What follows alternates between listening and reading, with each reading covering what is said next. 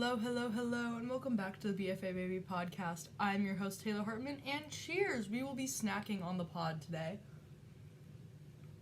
I really wanted,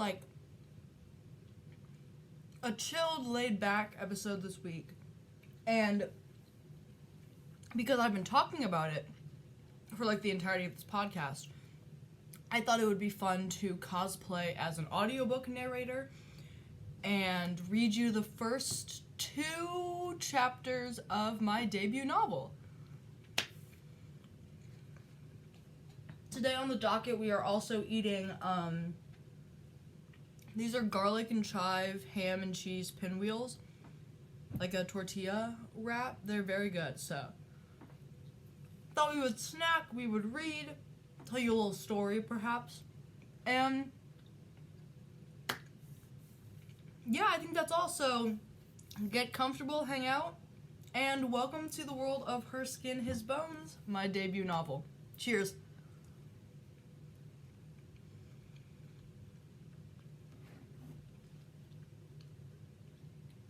Chapter 1. Sterling should have known better. There was nothing that made this time different from the last 100 times she had found herself in the same situation. Sterling had been waiting all morning for her phone to vibrate, trying her best to get her mind off the text that she was impatiently waiting for.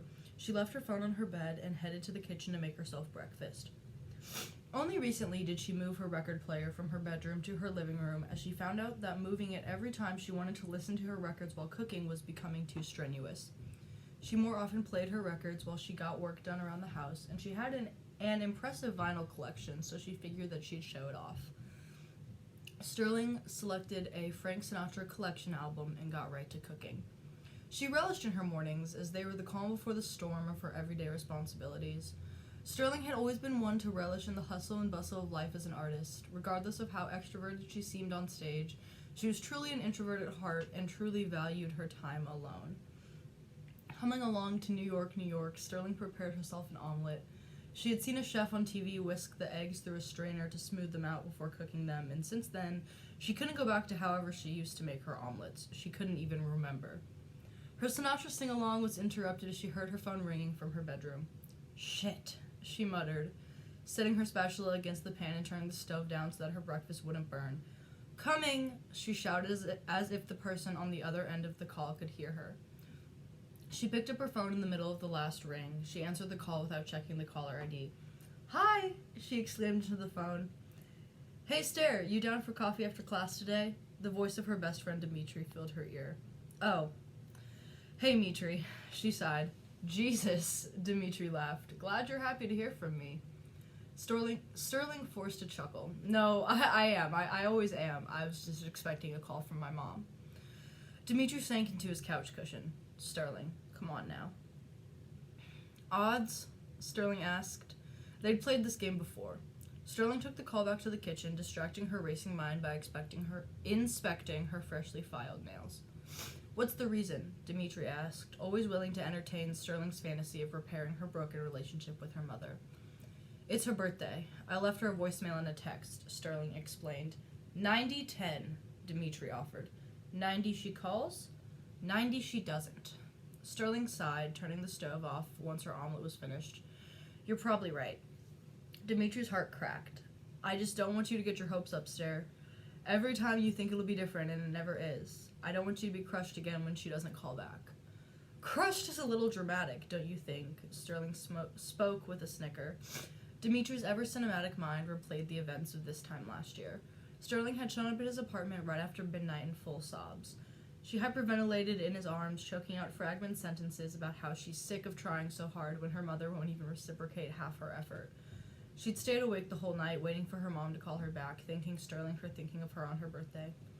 Dimitri noted that Sterling had grown since the previous year when she'd been sending flowers for her mother's birthday, even though she knew her mother could never keep flowers alive. He was proud of his best friend when he learned the tulips had just become texts, but it didn't make Sterling's heart break any less. Worried about her driving so distressed, Dimitri carried Sterling on to his bed that night, and he slept on his couch. She was awake until 3 that morning, until her sobs finally rocked her to sleep. "You were pretty upset," Dimitri responded. Sterling shrugged, taking a bite of her omelet. I'll be good for coffee after class. I covered Emmy's classes yesterday, so I have some extra money coming in at the end of the week, she explained. Dimitri smiled over the phone as if Sterling could see it. He relished in the intimate moments he had shared with Sterling, whether it was a post-rehearsal debriefing or a casual after-class coffee. Any time that he spent with her was cherished. They'd been inseparable since meeting at their freshman orientation, quickly bonding over the fact that they both had a ballet class at 8 in the morning during their first semester. If Dimitri was asked about his first interaction with Sterling at orientation, he would tell it like it had been written for a rom-com. Something of love at first sight as he spotted her across the crowded lecture hall. The friendship had blossomed quickly, as did Dimitri's romantic interest in Sterling. Though in fear of losing her forever, Dimitri never told Sterling the extent of his feelings. The butterflies raged in his stomach as Sterling agreed to grab coffee with him after class. For the past 2 years, Dimitri had worked to ignore the butterflies, telling himself that his relationship with Sterling would never be the same if he expressed how he really felt about her. Since starting their junior year, however, Dimitri had become increasingly more comfortable with the butterflies.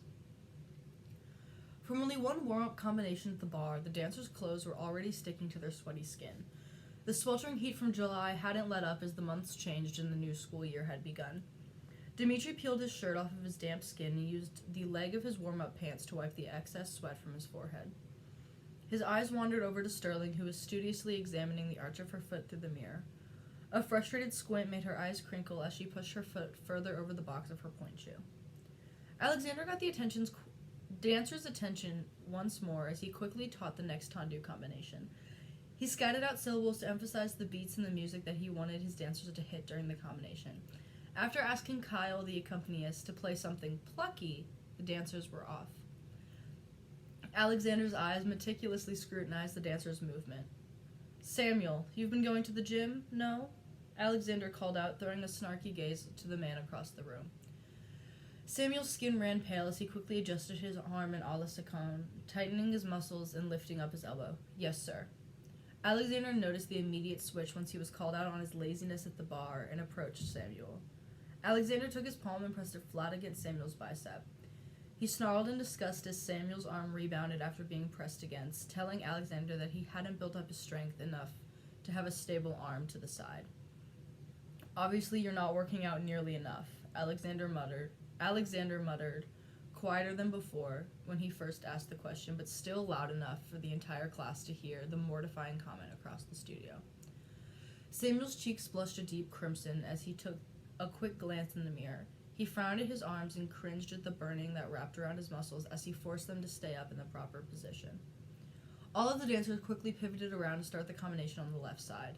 As he was turning, Dimitri caught a glimpse of Sterling's toned calf muscles flexing as she rose up onto the balls of her feet.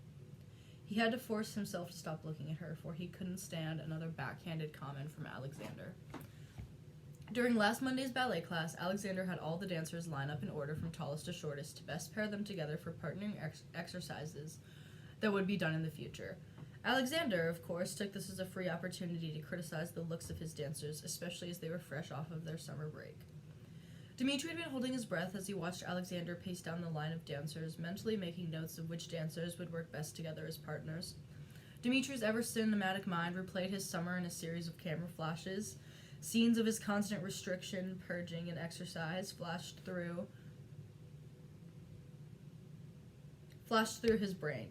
He could almost feel the sweat from his daily 2-hour workout dripping down his back. As he stood up straight like a soldier, he hoped that all of his work over the summer was worth it. Dimitri had dropped the weight he liked to, though he was nowhere near the weight he preferred to perform at. Throughout his time at Herman University, Dimitri's ideal performance weight progressively got lower and lower. The most recent time he could remember being at his goal weight was during the spring dance concert during his sophomore year. Dimitri remembers that concert as the best he's ever performed, and Sterling remembers that concert as the night she thought she lost her best friend. Dancing an entire concert is an absolute overexertion on an untrained body. However, the dancers at Herman University were never untrained. They rehearsed up to 22 hours a week for months leading up to those performances. Dimitri was well-rehearsed, well-trained, but sufficiently undernourished. The lack of food in his system and increase in stress leading up to the performance caused his body to immediately shut down the second he got off the stage. It was a miracle he even made it through his entire performance before collapsing onto the floor of the wings. Unable to move and barely breathing, an ambulance arrived for Dimitri, and an understudy took his place on stage. The audience never knew the difference. Dimitri stood in line and anxiously awaited Alexander's inspection of him. He knew that he should just keep telling himself that Alexander's watchful eyes were going to help him determine the best fit partner for him, but Dimitri knew better than to lie to himself. Alexander stood toe-to-toe with Dimitri, eyes raking over his body. Dimitri hissed as he felt a tight pinch right at his waistline. His director rolled the skin and fat he collected there between his fingers, giving Dimitri a knowing glance. "I see you've enjoyed your summer?" The small voice in Dimitri's head immediately degraded him as it reminded him of the days he skipped his core workouts due to a raging stomach ache. He knew he should have just pushed through. Dimitri gulped, not having the strength to bite back at his director. "Yes, sir." Alexander smirked, giving the young man's side an extra tight pinch before letting go. "Just remember how much fun your summer was when we have auditions next week, okay?" He spoke, flashing his famously condescending smile as he continued down the line. After that incident, Dimitri immediately fell back to the comforting embrace of his disordered eating behaviors. Within the week, Dimitri had slowly started to rid his pantry of foods he had deemed bad and starting to increase the frequency with which he worked out, both before and after the day's classes. He was gearing up for the aforementioned auditions for the fall dance concert at the end of the week. "Straighten up," Alexander shouted to a dancer, wrapping the small of her back with 2 knuckles. Her spine immediately straightened as she held an inhale tight at the top of her lungs, only waiting to release it after Alexander walked past. The dancer's feet were working quickly, mercilessly sliding against the floor. The muscles in Sterling's ankles were beginning to shake under her skin, feeling the strain that they were being put under so early in the morning. She'd landed awkwardly while teaching her students tours jetés at work the night before, and now she was feeling the flare-up of her tendinitis, an injury mostly in her Achilles that she never got enough help for as a young teenager. Therefore, it would flare up hot and heavy after being overworked. She could never truly forget that it was there. The temperature of the room grew hotter and hotter as sweat continued to collect on her temples and down her back. "You're almost there," she reminded herself. "You're almost there." Both the accompanist's fingers and the dancer's feet were speeding up as they neared the end of the combination. The music crescendoed beautifully as all of the students landed in perfect fifth positions on the last note. Alexander cleared his throat from the front of the room. It was average at best. Dimitri nodded to himself, catching his breath, taking another glance over at Sterling, who was patting her sweat away with the back of her hand. She gave Dimitri a small smile, but he could barely muster up a reaction as he worked to keep his balance, as his vision started to flick in and out. Chapter 2. Sterling, over text. "AC went out at work. Will show up sweaty." Dimitri let out a small chuckle at the text. He sank to the floor of the rented studio and pulled his tap shoes closer to him. "Dimitri, over text. No worries. See you soon. Kiss emoji." Dimitri could only imagine the craziness of teaching dance to young children, all while the air conditioning is out on an incredibly hot day. Sterling always said that teaching the kids ballet filled her kid quota for the week, so Dimitri had to assume that with the increased heat, her tolerance for children's squirmy antics was wearing thin. Dimitri and Sterling had rented out one of the campus studios to sharpen up their tap skills before the upcoming dance concert audition. They had both taken tap at the university, but not in any recent semester. Where Sterling and Dimitri excelled in ballet, they lacked tap. It wasn't a style they were necessarily bad at, just not as trained in as they were with the more classical styles. Dimitri set his phone down and reached for his shoes, beginning to untie the knots that had been done in the laces for the better half of a year. His fingers skillfully worked at the knots. Dimitri cringed as his stomach rumbled under his shirt. He hadn't told Sterling about the relapse that defined his summer break, nor did he want to. Since the incident during the sophomore year dance concert, Sterling had diligently supported Dimitri in his recovery, even attending dietitian and doctor meetings with him. He didn't want to break her heart by divulging the details of his most recent slip-up. She'd been through so much already. Dimitri looked towards the door as the sound of the old hinges creaked. In walked Sterling, not looking as sweaty as she felt, tap shoes in hand, and dark circles shadowing under her eyes. "How was work?" Dimitri asked, standing up and crossing the room.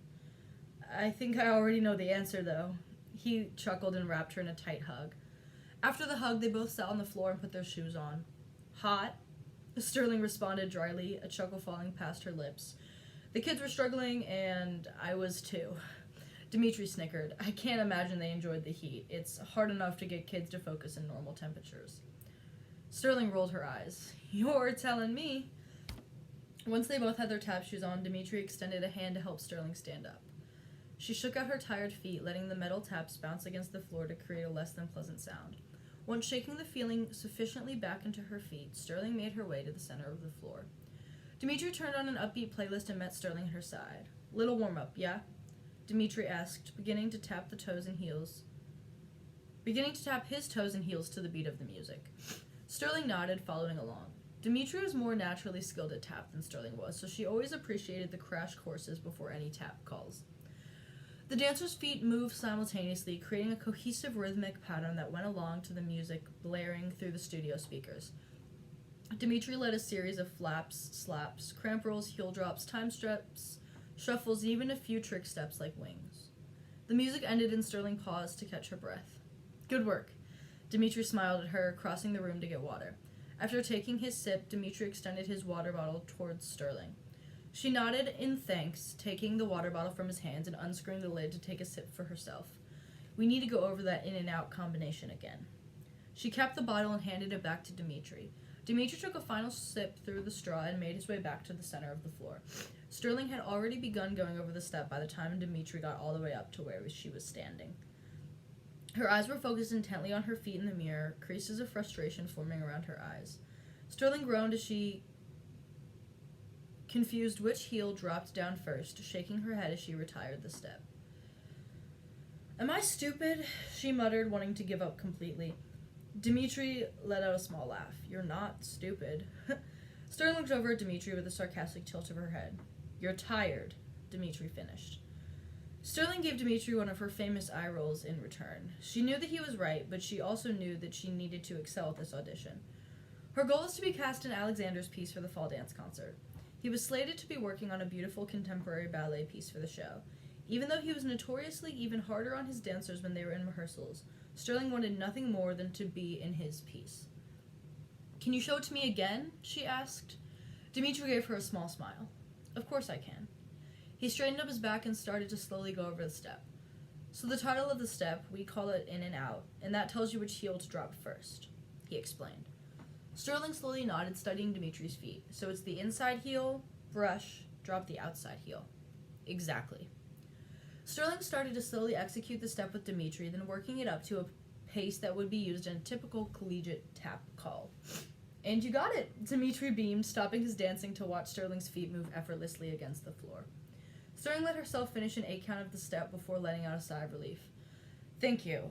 You know these crash courses always help. Dimitri smiled. I'm happy to do them. Sterling grinned back, tapping her feet gently to cool down. The only sounds in the studio were the sounds of the air conditioning kicking on and the gentle tapping of the dancers' toes.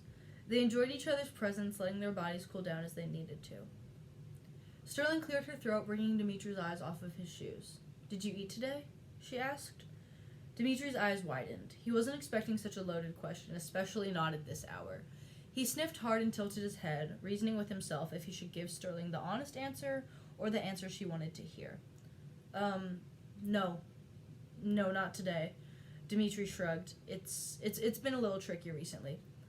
Sterling's face softened. She laid a hand gently on Dimitri's shoulder. I'm sorry it's been tricky, but you gotta eat something. I'm here. Okay, you know that. We can have dinner together or a snack, whatever you want.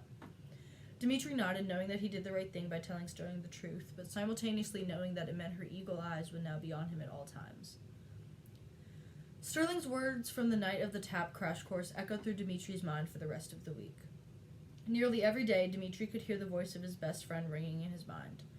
Every time he would close his pantry without grabbing a snack, Sterling was there. You need to eat something. At the gym, when Dimitri turned up the pace on the treadmill, even though his calves were screaming in pain and his heart was only a few beats from breaking out of his ribcage, Sterling was there. You need to eat something. Sterling's voice could be heard in a shout echoing off the pits of Dimitri's empty stomach as he laid wide awake at 3 a.m, a raging headache keeping him up. You need to eat something. Dimitri had successfully silenced Sterling's warning down to a faint whisper as he warmed up at auditions at the end of the week. Piled into the largest studio on campus, surrounded by his peers, Dimitri knocked out a few reps of jumping jacks, push-ups, and crunches before Sterling's voice was nearly inaudible. As he danced throughout the audition, the rumble of his stomach was drowned out by the blaring music as his heart oozed with passion. He was his safest when he was dancing. He was free. Dimitri dropped the pen after signing his name on the call sheet. With a smile, he watched the ink of his initials dry onto the paper. The heavy weight of potentially not getting cast in the show dropped off his shoulders as he reached for his phone. You need to eat something. Dimitri, over text. Dinner tonight? My treat. Sterling, over text. How does 7 sound? Guys, short episode today, but I thought I would enjoy reading the chapters, and I really enjoyed reading them to you. I will not quit my J job and start being an audiobook narrator. I was not good at that, but I hoped you enjoyed hearing a bit of the story that I've been talking about a lot, and let me know if you want me to read you some more chapters coming up on the podcast. Thanks for tuning in for such a short episode. Cheers. Get a snack. See you in the next one. Married in a kiss. Mwah.